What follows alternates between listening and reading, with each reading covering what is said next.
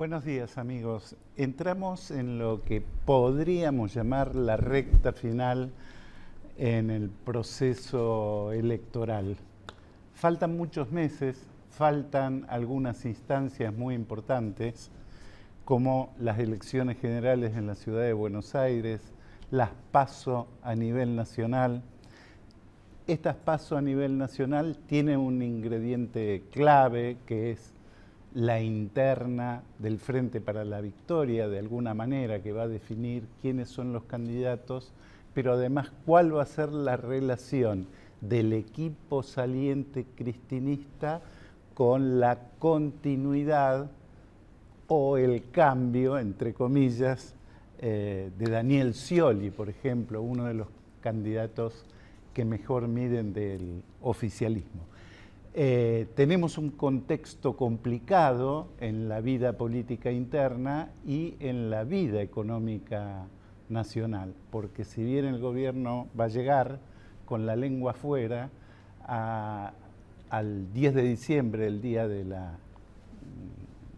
fin del mandato, también es cierto que la situación económica estructural está mala. Está mal, va a pagar el pato el próximo gobierno y de alguna manera también nos encuentra en una relación internacional complicada. Hoy nos vamos a dedicar a eso, vamos a tratar de ver en qué mundo la Argentina está llegando a las elecciones y gestando un nuevo gobierno democrático. Lo invitamos a nuestro amigo Luis Palma Cané. Él es analista económico y sobre todo de la economía internacional, y él nos va a ayudar a de alguna manera discernir cuál es el mundo con el que nos vamos a encontrar. Estuvimos muy metidos para adentro, esto lo dicen todos los analistas, no sé si aislados, pero sí muy metidos para adentro, tratando de hacer una política exclusivamente nacional y popular, como dice el gobierno, pero que de alguna manera nos afectó el comercio internacional y nuestra presencia en el mundo. Vamos a ir mostrando unas placas que de alguna manera son títulos de la actividad mundial. Vamos a la primera. Hay un tema que nosotros conocemos muy bien, la corrupción.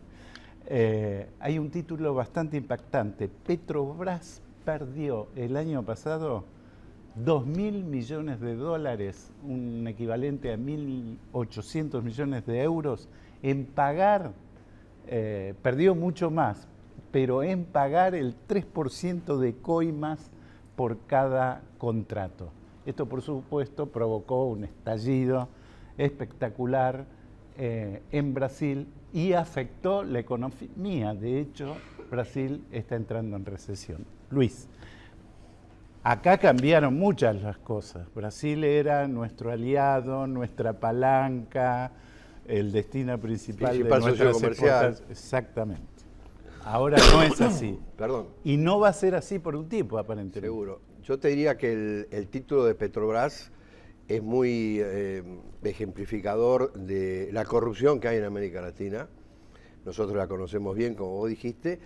En el caso de Petrobras, recordemos que es la primera empresa del Brasil, que es una empresa estatal, y ha sido un escándalo fenomenal. Yo creo que está tan conocido esto que no vale la pena repetirlo. Hay muchos ejecutivos de principales empresas constructoras de Brasil en la cárcel, cosa que acá no se da. Incluso hay una empresa argentina que también tiene ejecutivos de allá de Brasil complicados y procesados. Y yo te digo que Petrobras lo único que ha hecho ha sido empujar un poco más la recesión que está sufriendo Brasil.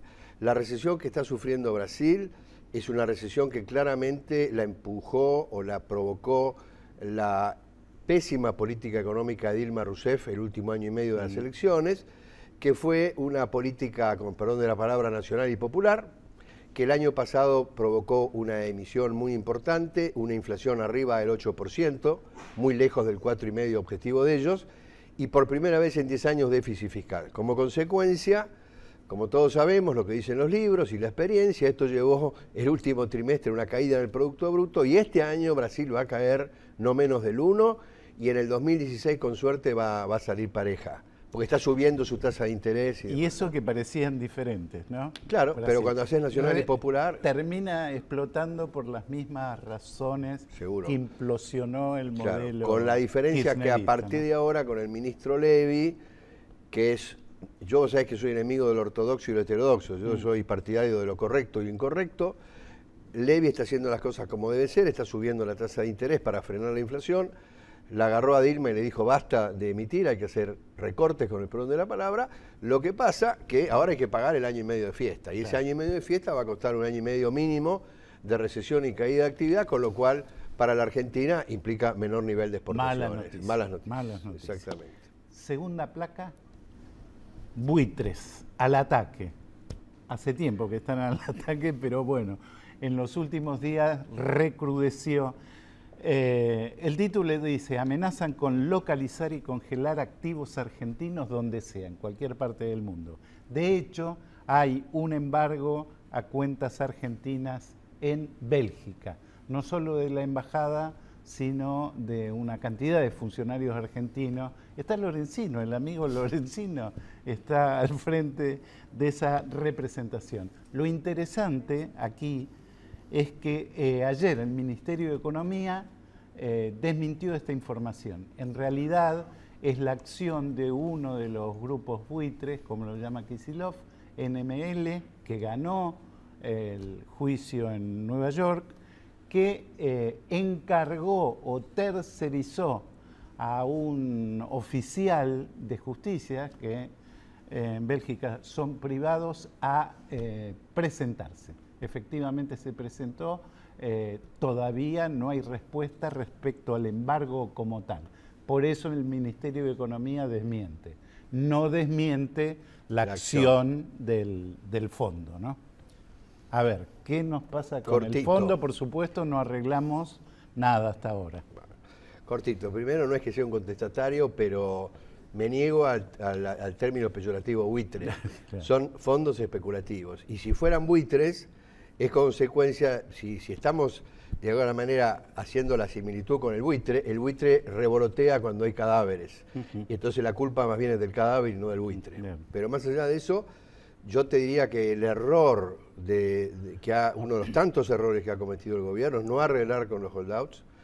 Hay que arreglar con los holdouts porque si no seguimos aislados del mundo. Estamos pagando 2 veces la tasa de interés que pagan nuestros vecinos, 10 veces lo que paga Alemania, o sea, es un disparate esta última emisión que han hecho.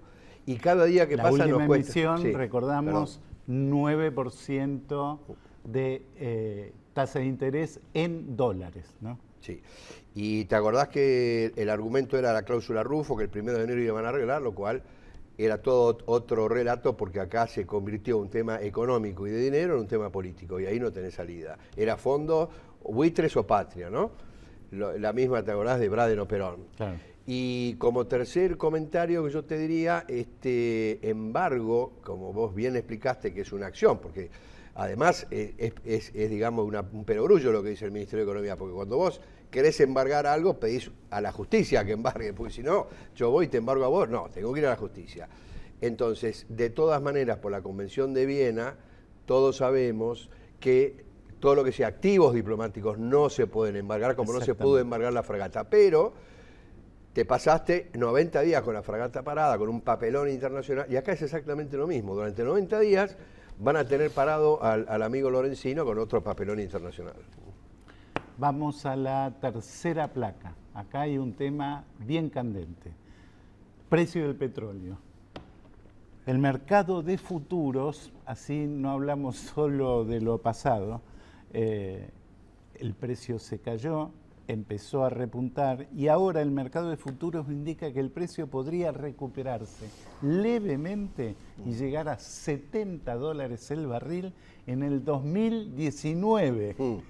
Es decir, tenemos aparentemente, según esto, varios años de petróleo barato. Es decir, no conviene a los exportadores, sí conviene La a transferencia los de ingresos. dependientes. Por ejemplo, a la Argentina, de alguna manera, La favorece. esto beneficia.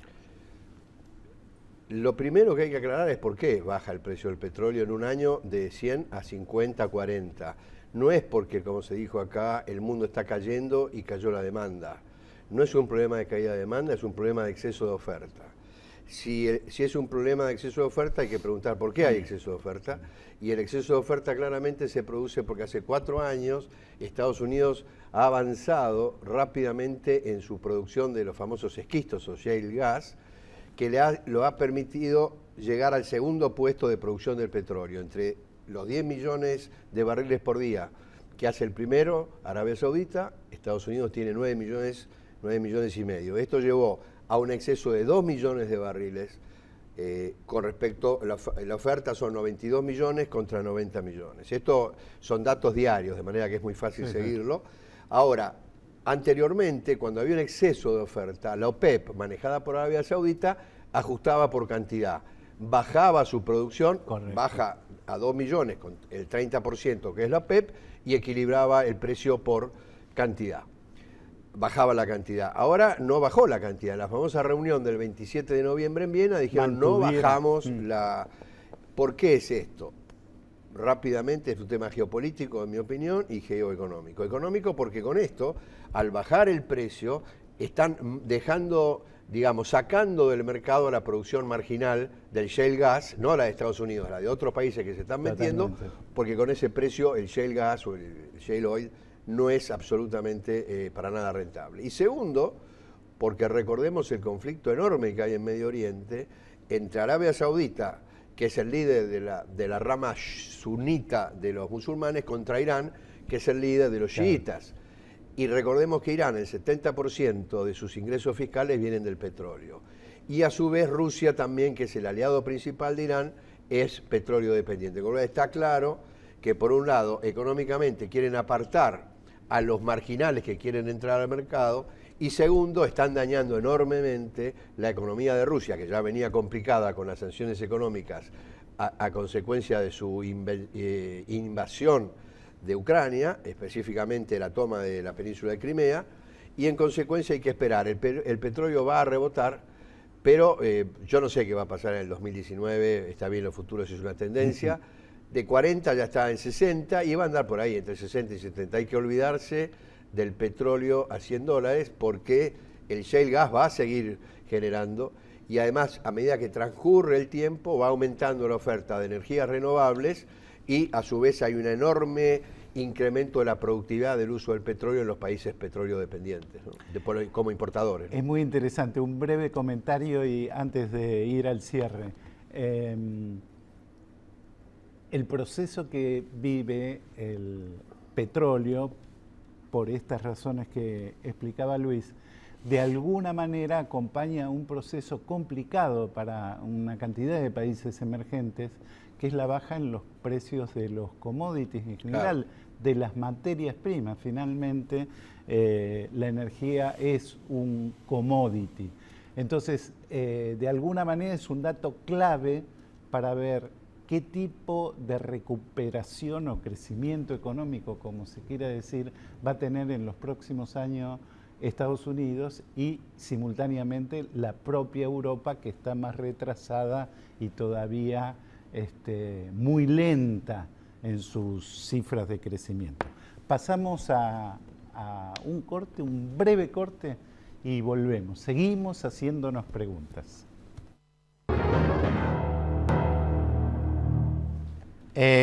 Seguimos con las placas. Vamos a mostrar una que tiene que ver con China, con nuestro socio estratégico, según Cristina Fernández. China crece al 7%. Aquí hay una serie de rasgos que los analistas, de riesgos que los analistas internacionales han planteado. Se trata de la segunda potencia económica mundial y se trata de la primera potencia comercial en el mundo.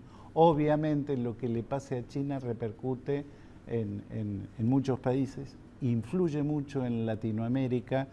En el caso de la Argentina está claro, si compra más o compra menos China, va a repercutir fuertemente en la economía nacional. Primero, dicen China crece al 7 como si creciera sí, al 1. Al 1. Claro. La verdad que es impresionante lo que creció China, pero en los últimos 20 años, ¿no? Y duplicó el producto, ¿no? Claro.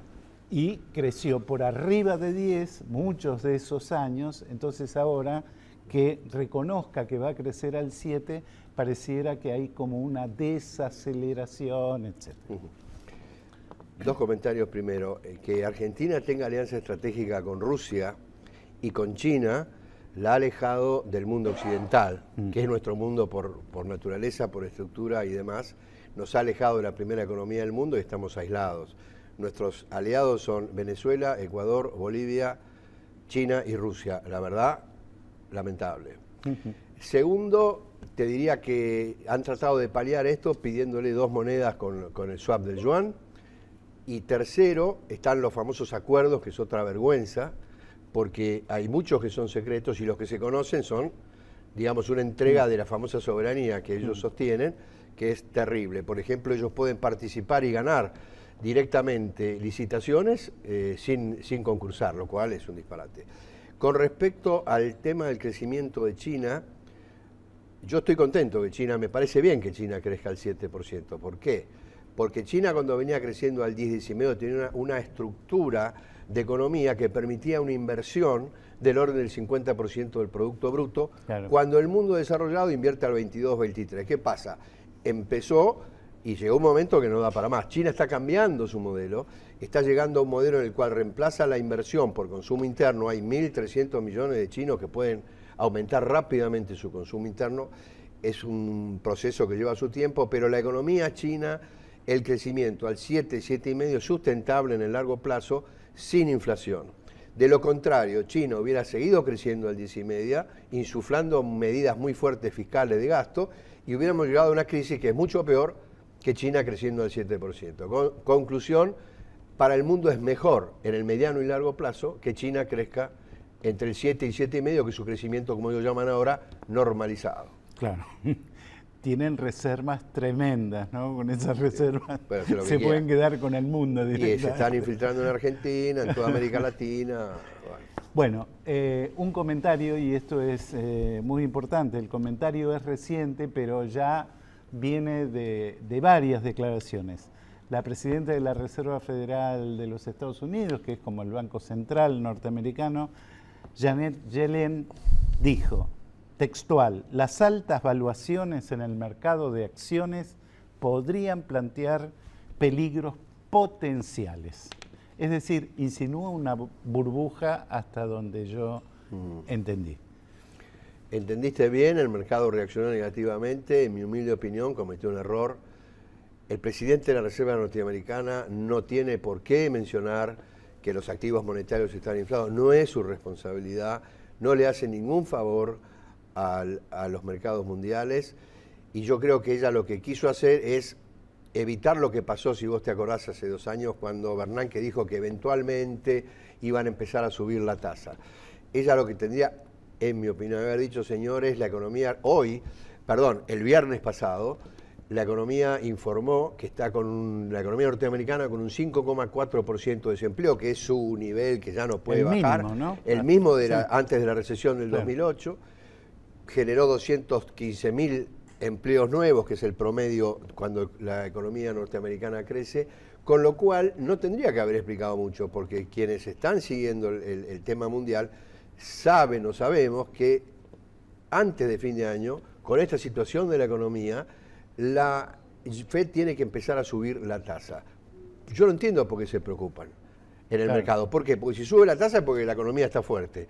Pero segundo, quienes tienen temor, yo les recomendaría que leyeran los papers de hace 15, 20 años que viene escribiendo Yellen, donde ella dice que, junto con Bernanke, que el error que se cometió en la gran recesión, o depresión, mejor dicho, del año 30, fue que Roosevelt subió muy rápidamente la tasa. Entonces ella dice claramente que cuando uno sale de una recesión y empieza a crecer la economía, hay que subir la tasa porque se empieza a calentar. Exacto. Y sube la inflación. Pero hay que puede hacerlo acelerar. muy Si no, lenta claro, y muy gradualmente. Con lo cual, si sube de 0 a 0,25 y recién allá por fin del 2016 estará en el 1,25, el mundo va a seguir con tasas de interés bajísimas y recordemos que Europa no la va a subir antes del 2017. Totalmente. Con lo cual, el 40% de la economía mundial va a seguir con tasas bajas y el resto de la economía mundial de los países desarrollados está todavía en el ciclo europeo, que está todavía bajando la tasa. Noruega, por ejemplo, en junio seguramente va a volver a subir la tasa. De manera que no es preocupante o sea, nos preocupamos porque la economía norteamericana va a estar sólida, digamos. En vez de, yo diría... Sí, lo llamativo es el comentario. No, por porque eso en me realidad parece que no fue todo el mundo estaba advertido y la propia Yellen había calculado que la suba de las tasas no podía ser rápido y en todo caso podía ser pensarlo recién, muy gradualmente, a fin del 2015 o en el 2016. Y siempre, fíjate, en el comunicado de la FED dice, la subiremos en el momento oportuno, lentamente y siguiendo muy de cerca la evolución de la macroeconomía, y si es necesario, volveremos a bajarla. Entonces, ¿dónde está el problema? Exactamente. Europa, hiciste un comentario ahí al pasar. ¿En qué situación está Europa? Obviamente tiene menos índices de crecimiento que los de Estados Unidos, está muy retrasado. Hay una zona crítica además, que es Grecia, que parecía inminente un nuevo default. Ahí pareciera que no hay una unidad de criterio todavía, ¿no? Sí, para impulsar la economía, matiz, ¿no? sí. La unidad de criterio venía dada por los alemanes. Claro. Y yo te digo, si vos comparás la economía de Europa con la economía de Estados Unidos, la economía de Europa sufrió una segunda recesión, Estados Unidos no sufrió ninguna recesión. El desempleo en Europa está en el 11,5%, que es un récord, no baja. Son en la euroárea 18 millones de personas. En la comunidad, que son los 29 países, es el 25%. El segmento de 25 para 17 años tiene el 50% de desempleo. Entonces uno debe preguntarse, ¿por qué Estados Unidos está acá y por qué Europa está allá? Es muy simple, porque la política alemana de austeridad a ultranza destruyó la economía.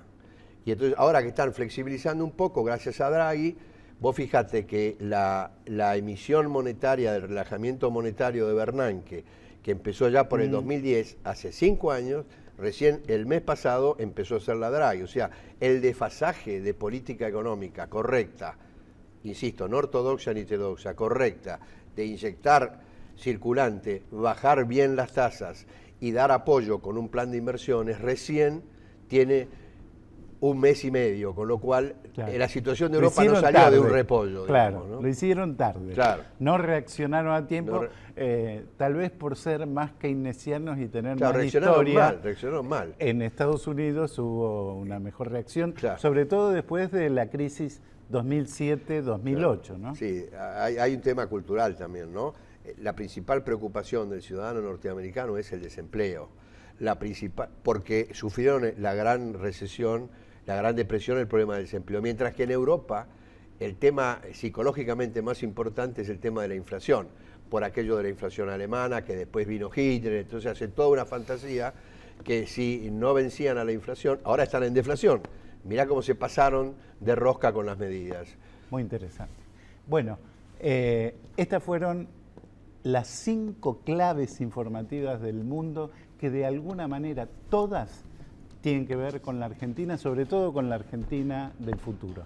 Nos encontramos lunes que viene, 7:30 de la mañana, en Días de Crisis. Gracias.